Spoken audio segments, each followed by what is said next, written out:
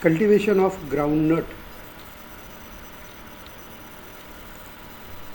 In this groundnut, we have to remember this is botanically called Arachis hypogea.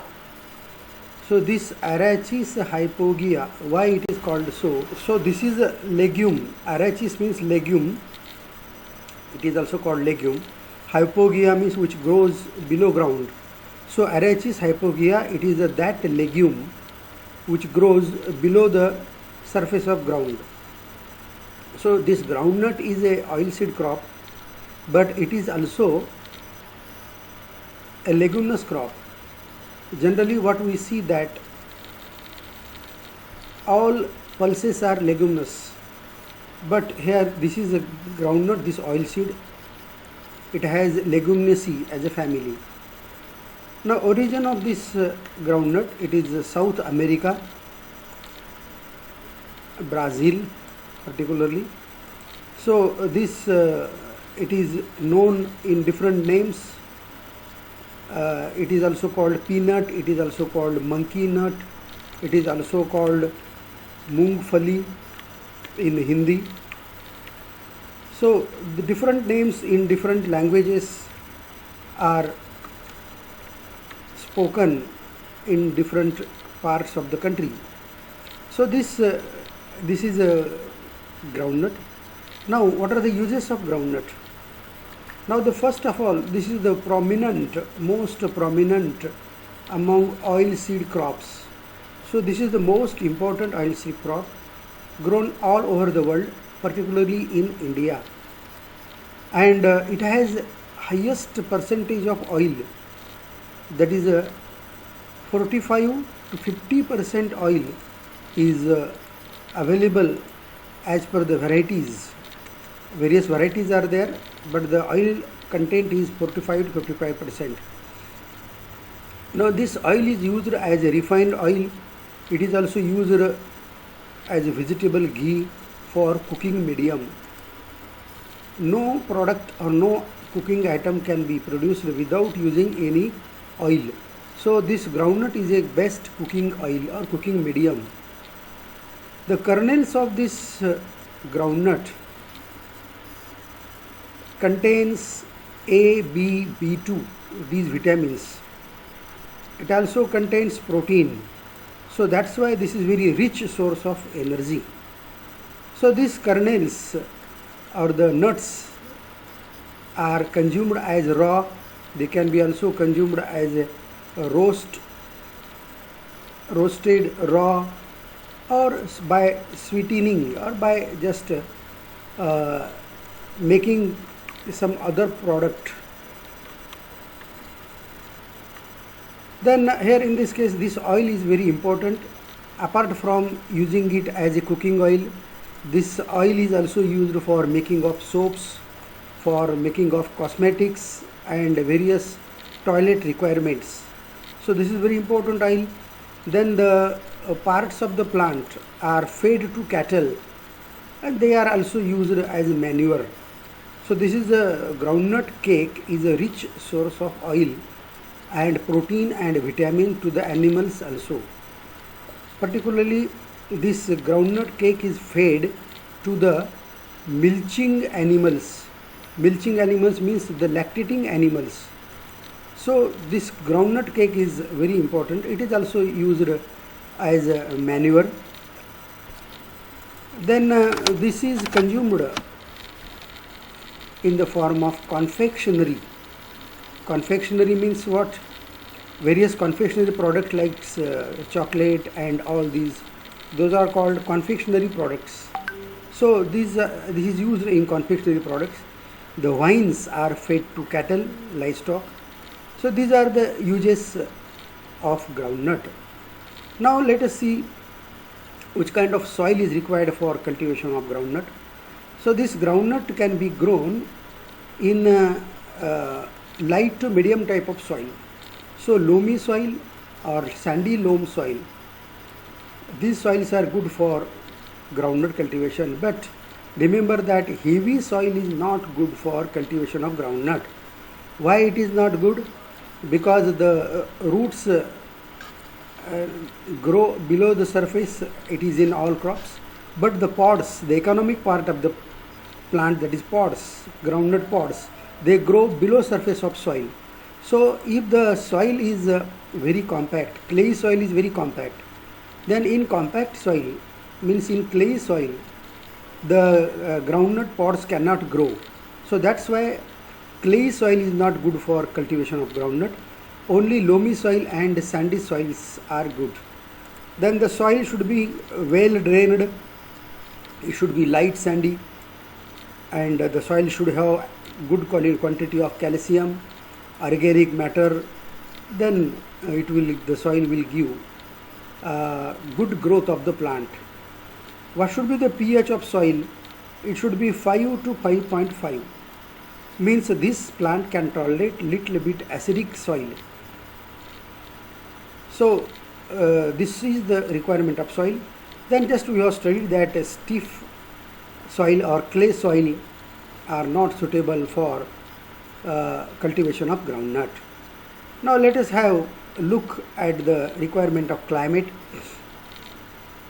This is grown in tropical climate and in subtropical region also. We have already studied that there are three kinds of climate: tropical, subtropical and temperate. Tropical means hot climate, temperate means cold climate, and subtropical means it is between tropical and subtropical. So here the temperature requirement means climatic temperature should be 24 to 33 degrees centigrade. And the important thing that this groundnut cannot withstand frost and drought condition. Means if there is a very much cold, climate is very cold, and there is frost in the climate and drought condition is there, then the growth of groundnut will not be proper. Then what should be the rainfall? Rainfall requirement of groundnut is 500 millimeter to 1250 millimeter. Means from medium range to heavy range rainfall, this can be grown. Up to 1600 mm rainfall region, this groundnut can be grown. But the important thing that there should be good drainage facility. Means water should not get accumulated in the soil. So this is the requirement. Then sowing season. Now here sowing season and time. In Maharashtra, this groundnut is grown as a kharif crop, and this is also grown as summer crop. So in kharif season, this groundnut is grown from the last week of June to last week of July. Means June, July. It means that from 15th of June to 15th of July, groundnut sowing can be done in kharif season. If it is summer season, sowing can be done from 15th of January to 15th of February. Please remember that this groundnut cannot be grown in Rabi season. You may say that why it is so? Because the climatic condition is not favorable in Rabi season. Suppose we sow the seeds of groundnut in Rabi season, there will be no growth. Germination may take place, but there will be no plant growth. Hence, kharif season and summer season, these two seasons are good for cultivation of groundnut. Let us have a look at sowing methods and spacing. Now here in this sowing method and spacing depends upon variety. There are three kinds of varieties. So this erect variety, in this variety sowing is done by dibbling method, that is by 25 by 15 centimeter spacing is kept, and this distance is kept and sowing is done. This in erect method, drilling method also can be used, and 25 in that drilling method, row to row distance should be 25 to 30 centimeter. So this erect variety means it is the branching is very less. Second kind of variety, it is semi spreading variety. Now this semi spreading variety requires a spacing of 45 by 15 centimeter distance. So 45 means it is row to row distance, 15 means plant to plant distance. And the last one, that is a spreading kind of variety. This requires a spacing of 60 by 15 centimeter spacing. So erect, semi spreading and spreading, these are the three kinds of varieties. What is the difference? That the spreading varieties, they give more production, more yield, and they spread on the field. But erect varieties, they grow erect, so spacing requirement is erect is less, spacing in spreading is more, but spacing in semi spreading is intermediate to that of erect and spreading varieties. So these are the sowing methods and spacing. Now let us have a look at seed rate. What should be the seed rate for cultivation of groundnut? This depends upon the method of sowing, whether it is a drilling, dibbling or other. In case of drilling, seed rate is more, in dibbling seed rate is less. It is common in all crops. This also depends upon the kind of variety. Just we have studied that three kinds of varieties: erect, semi spreading and spreading. So in spreading there is more spacing, so seed rate is less. Remember that when spacing is more, seed rate is less. When spacing is less, seed rate is more. So in erect varieties, the seed rate is 100 to 120 kilogram per hectare, means it is more than 1 quintal. In semi spreading, the seed rate is 80 to 100 kilogram per hectare, and in the semi spreading variety, the seed rate is 60 to 80 kilogram per hectare. Now remember that in spreading, spacing is no more, so seed rate is less. In erect, spacing is less, so seed rate is more. So remember this proportion in all crops. Now seed selection. In all crops, the method of seed selection is almost the same. Now in this groundnut, the kernels should be selected, means the pods should be selected from good quality variety, means that should be high yielding varieties. Then the seed should not be broken, it should not be decoated, the seed should not be disease affected, seed should not be pest affected, it should be of good variety, that should be selected. Then if the pods are yellow or black colored, or if the kernels are damaged by insect, in that case it means that the seed is of poor quality or seed is affected by disease. So in short, in all crops, seed selection should be done by the same method. So then have a look at seed treatment. In this seed treatment, in 11th we have studied that seed treatment is given to the seed before sowing for various purposes. Now in this seed treatment for groundnut, we have to control root grub, and for that purpose we have to give the seed treatment of chlorpyrifos 20 EC at the rate of 6 milligram per kg of seed. Here EC 20 EC means emulsifiable concentration. It means suppose the container is of 100 liter. In that 100 liter container of chlorpyrifos, the actual chlorpyrifos is only 20 kilo or 20 liter, means only 20% insecticide is available in the total content, because higher content of insecticide is not good for crops and also for animals and human beings who are working over there. Then second treatment, it is given of 1% OMC, organomercurial fungicide. We have studied this in wheat and rice also. So organomercurial fungicides are agrosone and thiram. These are the organomercurial fungicides. What should be the rate of treatment? 2 gram per kg of seed, means 2 gram of agrosone or 2 gram of thiram is mixed with 1 kilogram of seed. So this will control collar rot and root rot disease. So chlorpyrifos was used for controlling root grub. This is a pest, and here collar rot and root rot, these are the diseases. Third treatment, it is given of rhizobium culture at the rate of 250 gram of culture per 10 kg of seed. So this is important to be given to increase nitrogen fixation. As we know that this is a leguminous plant, and leguminous plant has nodules on the root, and these nodules fix atmospheric nitrogen and convert into nitrite form.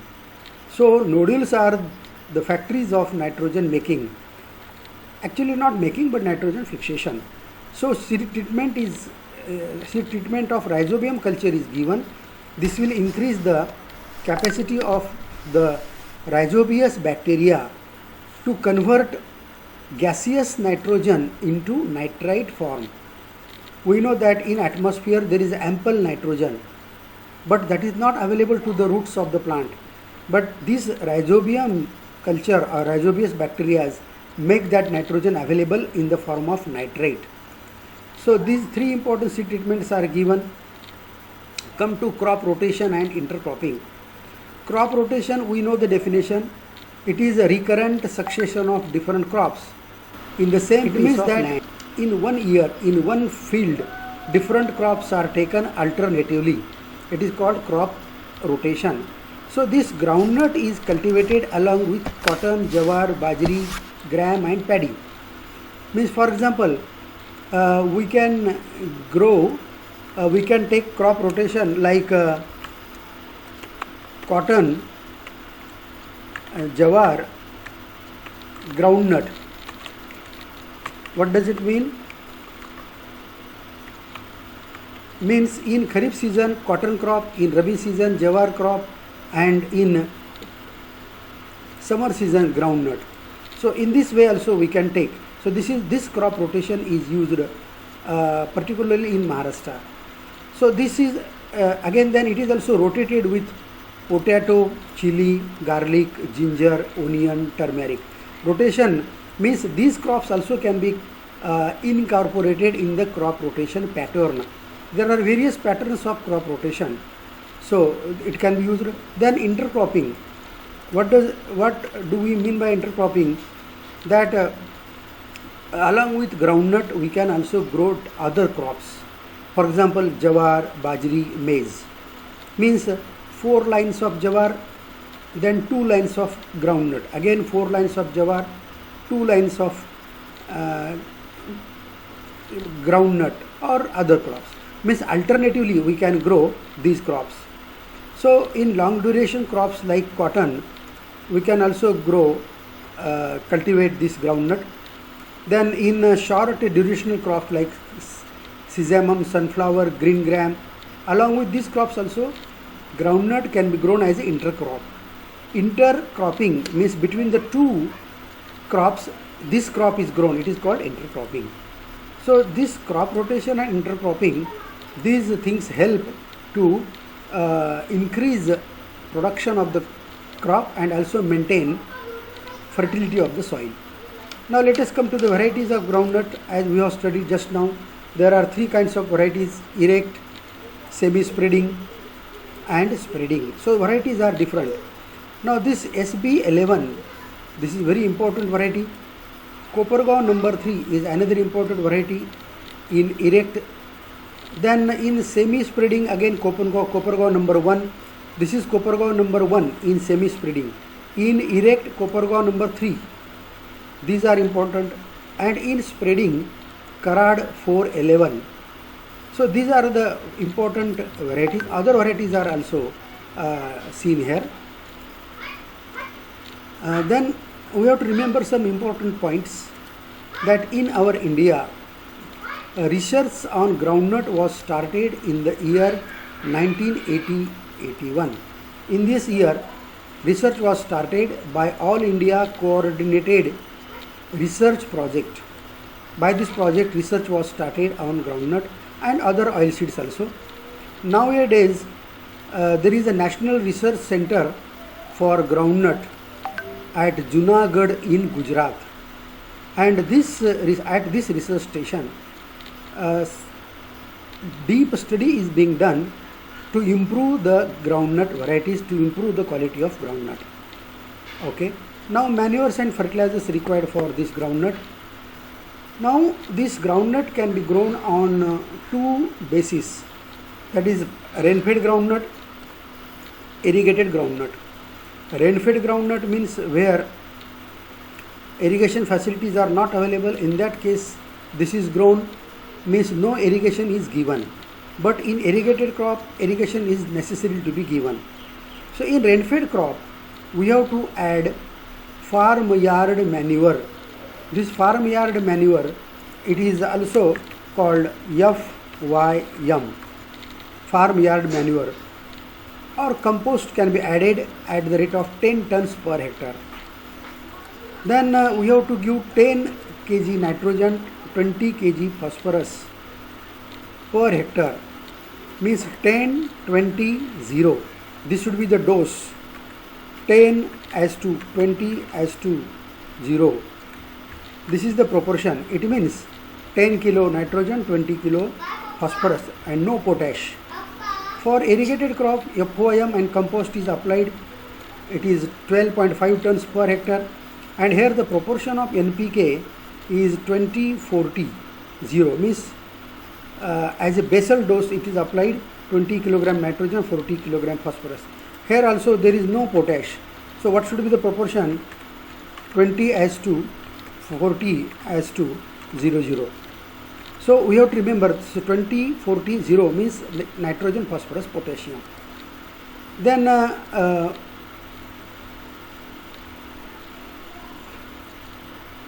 irrigation for groundnut. Total water, average water requirement for groundnut is 450 to 650 millimeter. Now in Kharif season, 1 or 2 irrigations can be given. In summer season, 8 to 10 turns of irrigation, which more irrigation is required in summer. And the important thing we have to remember that irrigation should be given at critical growth stages. Which are the critical growth stages of groundnut? Flowering, pod formation, maturity. These are the important stages at which, if there is a lack of water, then there will be no proper growth of groundnut. So irrigation requirement is like this, but important point that average water requirement for groundnut cultivation is 450 to 650 millimeter. Now come to intercultivation. Don't confuse between intercropping and intercultivation. Intercropping means cultivation of two crops simultaneously. Here intercultivation means we have to take some work to remove weed and other things. For that purpose, that is hoeing is done or another weeding is done. So that is called intercultivation. So weed infestation takes place on large scale up to 35 days from sowing. So we have to control the weeds by doing hand weeding. Hand weeding can be given, 2 hoeings can be given, and this should be done till the leg, the tail pegging. It means that peg formation takes place. Till that time we have to take intercultivation operations. Now plant protection. Here in this case of plant protection, we have to control pests by pest aphid. Aphid is a sucking pest, we have studied already. It can be controlled by spraying of this phosphamidon. Spraying can be done. Root grub, we have just studied that seed treatment is given by using chloropyrifos, or application of carbofuran granules in the soil is to be done. Then leaf roller, it rolls the leaf and suck inside. The caterpillars are very dangerous. they damage the plant on large scale. So control is that chloropyrifos 20 EC or profenophos 50 EC should be sprayed on the plant. Then there are some diseases. The most important disease, that is the leaf spot. It is called ticca. Why it is called ticca? Some irregular dark spots appear on the leaves, and the spots has this yellow ring. So this leaf spot is that disease which affects photosynthesis and affects the pod formation. So control that, we have to grow resistant varieties, and we also have to dusting of the plant by using sulfur at the rate of 15 to 25 kilogram per hectare. Means we have to dusting is to be done, dusting of sulfur at the rate of 15 to 25 kilogram per hectare should be done. Then other diseases, that is a color rot is there. Just we have studied that seed treatment should be given to color rot. Then what is the symptom? That here seedlings turn yellow, yellowing of seedling takes place. Later on the seedlings dry, and there is a 100% loss to the crop. Control that, we have to grow resistant varieties. For example, Kopargaon number 1, Kopargaon number 3. These are the varieties which are resistant. Then we can give the treatment, seed treatment of OMC. Just we have studied, like Mancozeb or Thyram at the rate of 2 to 4 gram per kg of seed. Then another disease, root rot. What happens in this root rot? Reddish brown discoloration of the stem takes place. Root rot, it clearly means that rotting of roots, means roots get rotten, decomposed, and plant dies. So this is a very serious disease. So treatment, seed treatment should be given of Agroson, Monoson, Cereson, Thyram or Mancozeb. Only one should be used for seed treatment, and proper crop rotation like cotton, jawar, groundnut should be followed. Then come to harvesting of groundnut. In this groundnut, harvesting depends upon the signs of maturity. Which are the signs of maturity? First, yellowing of top leaves takes place. Means top leaves of the plant turn yellow, they dry and they fall down. Then we can understand that the pods are matured, because we cannot see the pods up above the ground level as they are below ground level. So these symptoms are to be observed. Then if we take out 1 or 2 sample plants, we can find that the blackening of inner side of cell, if we break the pods, we will find this should be done in 1 or 2 sample plants, that inside of the cell that is blackened. Then the pods harden, they become tough, and so the size becomes good. So these are the maturity signs of groundnut plant. So on finding these maturity signs, harvesting should be done. Now how harvesting is to be done? That we have to remove the plants by uprooting. Now this harvesting time depends upon the kind of variety. In erect variety, this matures in 100 days. Semi-spreading varieties matures in 120 days, and spreading varieties matures in 150 days. Likewise, harvesting should be done. Now harvesting is to be done by pulling the vines. These vines, plants are to be pulled up, and then soil is removed, and then pods are separated. So by this way harvesting can be done. Some diggers are also available, or light ploughing also can be done, and by that way also harvesting can be done. Then later on the pods are to be dried. This is a very important point to remember, that after harvesting the pods are dried till the moisture percent in the groundnut goes below to 10%. Means up to 10% moisture level drying should be done, otherwise there will be growth of fungus and there will be no use of that seed. Now yield, under irrigated condition, the yield is 30 quintal per hectare. Under rain-fed condition, in erect variety 8 to 10 quintal per hectare. In semi-spreading variety 10 to 12 quintal, and in spreading varieties 15 to 17 quintal per hectare. So remember that in spreading kind of varieties the yield is highest, 15 to 17 quintal per hectare, and in erect it is lowest. Now storage, last thing to see, that after harvesting and good drying, the groundnut are unsealed, means we have to take out the pods, the seeds, kernels from the groundnut pod, and they are to be stored in gully bags, or they can be stored in earthen pots, mud bins, or bag baskets. These depend upon the local situations.